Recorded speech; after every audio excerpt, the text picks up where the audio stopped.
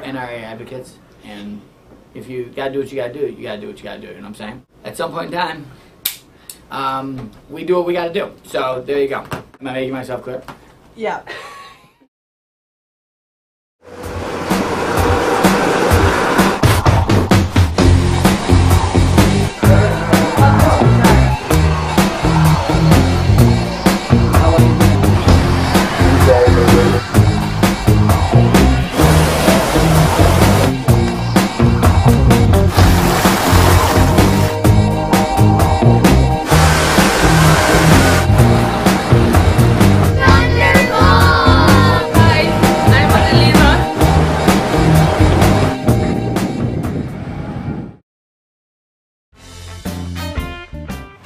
Get in. There's some issues that we have to deal with that we'll talk about later on. So happy to be back in Mackinac City. Nice shirt. My name is Michael Fishman. I am the everyday managing partner of the Thunder Falls Family Water Park in Mackinac City.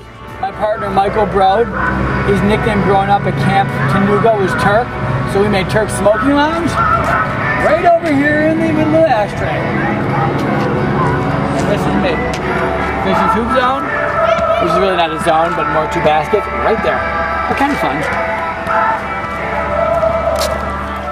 What made you decide to invest in a water park? Well, this is really, clearly this was the dumbest fucking move of all time. So, I was the lead attorney on the partnership litigation, and what ended up happening, there were 3 original partners in this deal, and after the park was built, the first season of operation, it was completely over budget from the construction phase. By the end of the year, my partner Michael Brode had taken over the day-to-day operations in the off-season and was trying to figure out what was going on. Long story short, when we got ready to open up for the second season, which I helped him do, the other partners came back in the fold, and there was a huge arguments ensued, screaming matches, and then one of the partners died literally on the opening day for the second season. The other partners quietly went away, and Michael Brode ended up owning 100% of the park and came to me with an offer to be his partner, saying that there's no fucking way he's going to run this parking lot. He's done, and I knew more about it than anybody, and I did, and I knew more about the water park industry than I ever thought possible. I know a lot more today than I did back then, but I came in and I said, listen, if we're going to do this, we need to clean house and we need to start from scratch, because there are so many things going on up there that are processes and people that just don't belong. I took over in fall of '08, and the first season I ran it was 2009, and ever since then, 2010, 2011, we've just taken this park and made it a very exciting and interesting enterprise, and that's how I got involved.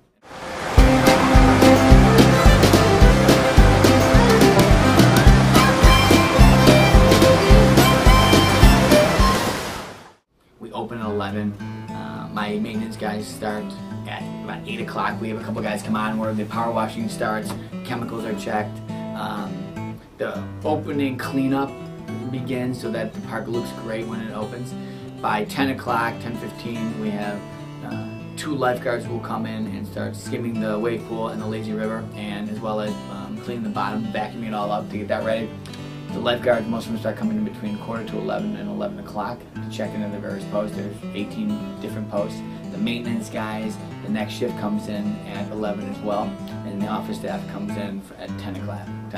So, and food and beverage, my manager comes in between 9 and 10, and then the girls come in between 9. The girls will work in food and beverage between 9 and 11 to get prep work done. So the kitchen's running a separate, we have a separate a manager in the kitchen that starts getting that ready for, he's got his staff to do that. My maintenance guys are getting the park ready, the lifeguards are getting in position where they need to be, and our head lifeguard has the cleaners in position. And in the office, phones start ringing early. People want to know what the weather is, if we're open, what time we open, if there are deals, do we give a group discount, do we not give a group discount, is there a religious discount, is there a AAA discount, is there a military discount, is there a discount if you live in Mackinac City, is there a discount if you live in Sheboygan, is there a discount if you come across the bridge, will we pay your bridge fare? So there are many questions that come on a day-to-day basis, and the phones ring off the hook.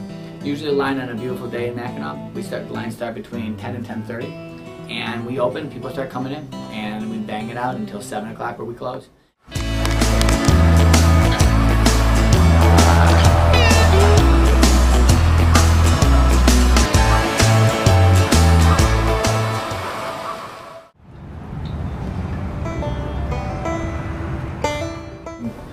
I like the town. It's small. It's a small northern Michigan town, and it is quaint, and it's consistent, and it's simple.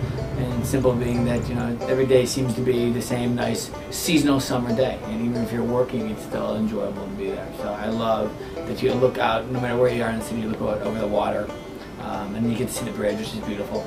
And I have a picture of the bridge in my house, and you know, up at the park, and you know, it's a great part of the state. Mackinac City is more of a tourist destination because there's that many more hotels and motels, so it really attracts all walks of life. A lot of people come camping up there, and motorcycles, and there's always people walking around eating fudge, caramel candy, caramel corn, popcorn, and lots of other stuff. Popcorn shrimp. And don't eat the basket o' shrimp.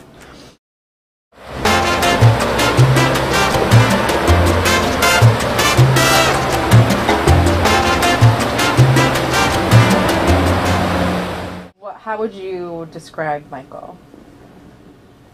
Our motto here is sex sells, so whatever we gotta do, we do. So, when the cameras roll, we all roll. Where is it? Dexter, I think. Good, I'm done with it. Get on that side and get on there. He takes some getting used to. Look at Susan's hair. She never has her hair like this. It's all flopped and blown out. It's usually in a ponytail. Tight and right. Tight and right. Look at this. Oh, yeah. Look how pretty she is. Oh my God. So, people that don't get to work with him on a day-to-day basis, you know, it's like some of the employees at the park who see him, you know, every other week and whatnot, you know, they may think he's pretty hard. I think the younger kids are probably a little intimidated by me. And tell her about the shoes you used to wear that sucked at the beginning of the season. He can be hard.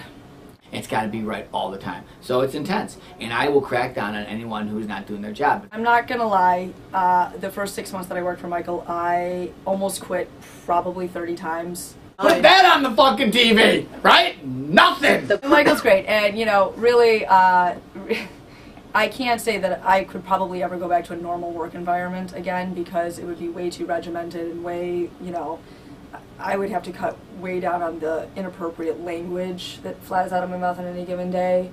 Michael and I really do actually operate like siblings a lot of the time. We can yell at each other like brother and sister and then be done with it. You're wrong on the, and it wasn't the filter.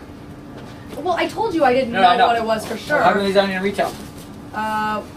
You know, 5 minutes later, and then we're back to, you know, goofing around and laughing about silly cases. Did you know Michael Fishman's the best looking 46-year-old I've ever met in my entire life? Put that on the fucking TV, right? Nothing!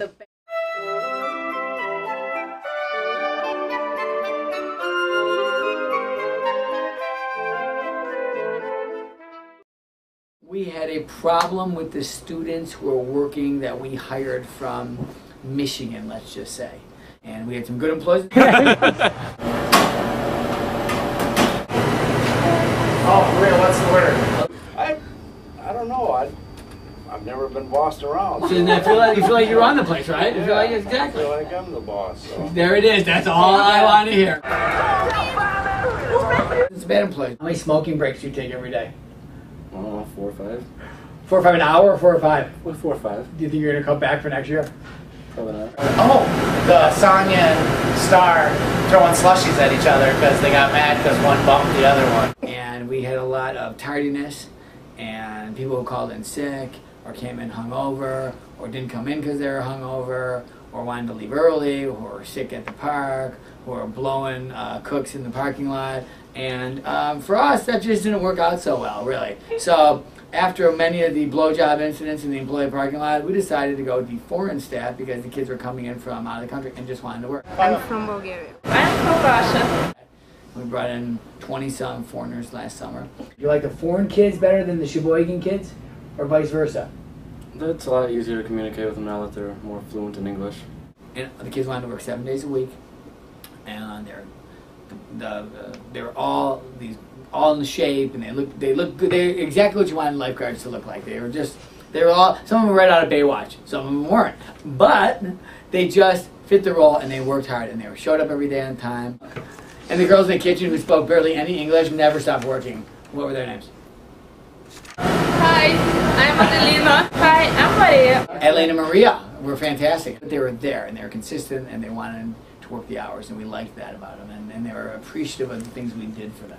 They're appreciative of the clothing we gave them. We gave the kids extra shorts and sweats, things that they didn't have with them. And you would have thought we were giving them, like a brick of cash. Probably 60% of the foreign staff we're inviting back. We're actually inviting them back and trying to help them with their visas, and hopefully they'll be back because they were great and they understood the park. And hoping that our friend Daria comes back. Mila from Bulgaria, we're dying to have back. She actually had 2 raises in the summer, and by the end of the summer she was making $1.50. But aside from that, it was all slave wages for the Russian kids now.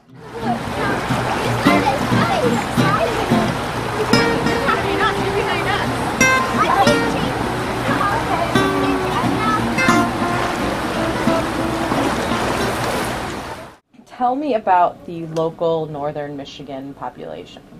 Get your freak on, get your freak on, get your freak on.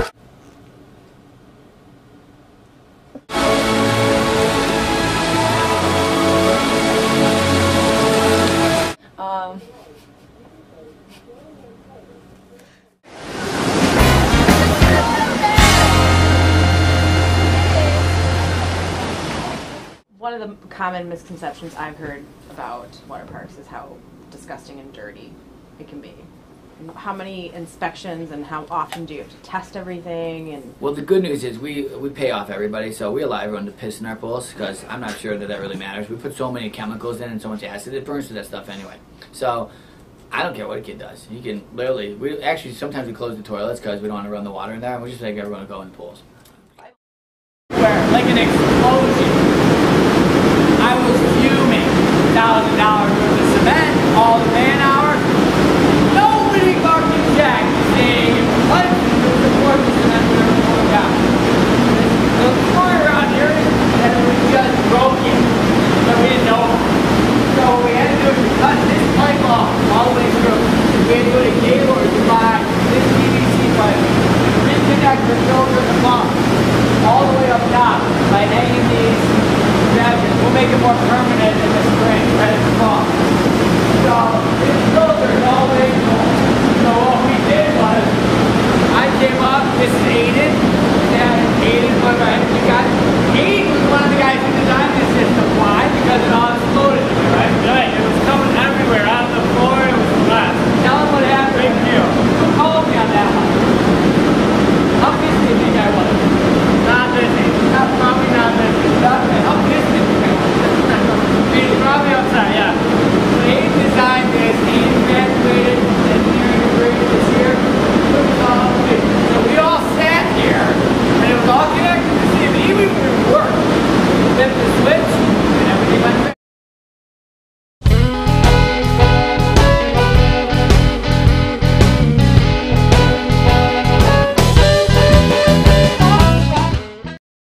I'm looking forward to 2012. I think it'll be a great summer for us. We have redone all the buildings, we've restained them, we've cleaned everything up, we've power washed and made the outside of the facades of the buildings look great. We are moving the climbing wall from the ass corner of the park, which again, another thing that was screwed up, that somebody just put the climbing wall that we bought for, $1 gazillion in the middle of nowhere that no one could see. This is in the ass corner of Thunder Falls. Nobody comes back here. So no one knows it's back here, no one shows it's back here. It's hidden from everything. So basically we spent a small fortune installing a climbing wall in the corner that no one sees behind the tree. Now we're putting it on the beach area, by the way, so everybody can see it, so we think that'll be a great attraction to have. Get home and I put it in my house. And I could actually put it in my yard and maybe have the neighborhood kids, pay $5 to climb. But I think we'll just do it here. And we're looking into getting a liquor license and converting above the food and beverage area into a bar, outside bar, which there are no outside bars in Mackinac City. And we've been at the survey, we've been approved by the Liquor Commission Board, so it's a matter of transferring a license over and investing in it, which I think we're going to do, and possibly for 2012, to make this area kind of a nighttime area. That area, a nighttime area, which we'll keep open as well, and have a special area for people to come into when the park is closed. They actually can enjoy music and drink outside. hang out. So we're in it for the long run. We want to make sure the kids have a great experience. We want to make sure the kids love the park. And when we're up there asking, why not, what's your favorite water park? And there aren't so many water parks in Michigan or outdoor water parks, but we want to make sure that they love being here, so they continue, that they will want to come back year in, year out, or sometime later in the summer. We always want our repeat customers, because that's a big deal for us. Yay, Thunderbolt!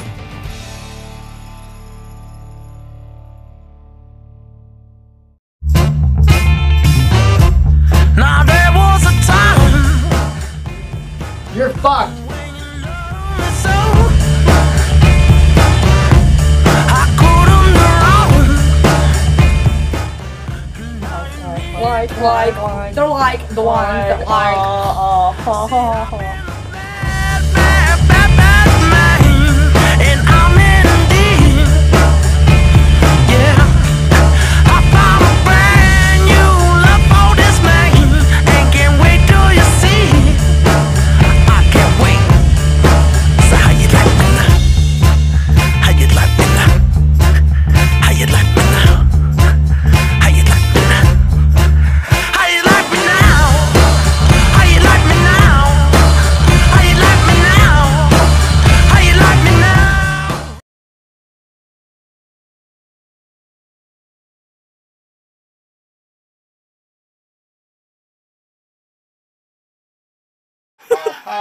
Who wouldn't know? Suck my dick, who wouldn't know? Oh, up on the hot stop, click, click, click.